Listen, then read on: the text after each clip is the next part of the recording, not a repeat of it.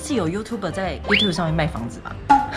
而且呢，这个附近呢，就开车不要10分钟就有新月广场，里面有大卖场，各大的品牌都有。所以今天会带大家去看我们宜兰的房子哦。疫情的关系，真的好久没有来宜兰了。然后宜兰有好多好吃、好喝、好买、好玩的东西。现在真的好烦恼，想说我到底要吃什么？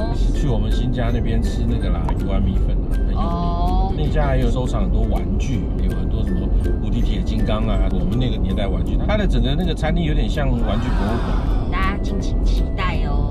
今天有空我要去钓一下鱼。啊？因为宜兰那边也是自然环境很好啊。什么时候有这个行程？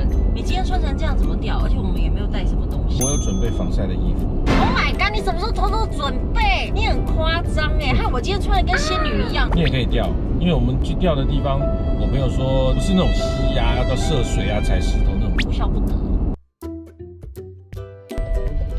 耶！我们终于开到了哟，是人车分道，很棒。这社区很可爱，这社区是1人1栋，然后进去以后呢，每个人有自己的停车的地方。我们的门开了哦，好久没来了，大家不要觉得恐怖，这是毛坯房。这边就是一个楼梯下面的空间，然后这边你就可以当仓库，然后这边呢就是准备要走上去了哟，这就是1楼，这个看出去就是庭院了，然后这个客厅很不错。后面就是这边可以当餐厅，这个洞我们是不是挖来要坐电梯的？对啊。因为那时候我们考虑到说可能妈妈要来住，然后这边就是厨房的空间喽，还蛮大的吧？这就是我们的小社区哦。宜兰其实很多这种后天的，但是是社区管理，而且因为我们刚好在最旁边这一栋，可以先停在这边。对，这是我们的停车位，然后这边就后门，所以我们也是出去路上最近的地方。对啊，超好的。第一次有 YouTuber 在 YouTube 上面卖房子吧。而且呢，这个附近呢，就开车不要10分钟就有新月广场，里面有大卖场，各大的品牌都有。然后离那个吉米故事馆呢也非常的近，非常方便的地方。然后我们巷口就有 Seven， 还有包子店，还有一整条街的鱼丸米粉。然后这后面呢，听说他们是要做一个公园，所以还蛮好的，棒。好了，现在来到2楼，2间房间哦，很不错吧？超方正的，还有阳台。小阳台，然后房间里也有一个卫浴哦。房间跟房间中间就是我们预留的那个完整的电梯。2楼的第2个房间也有卫浴哦。接下来是3楼哟，也是有2间。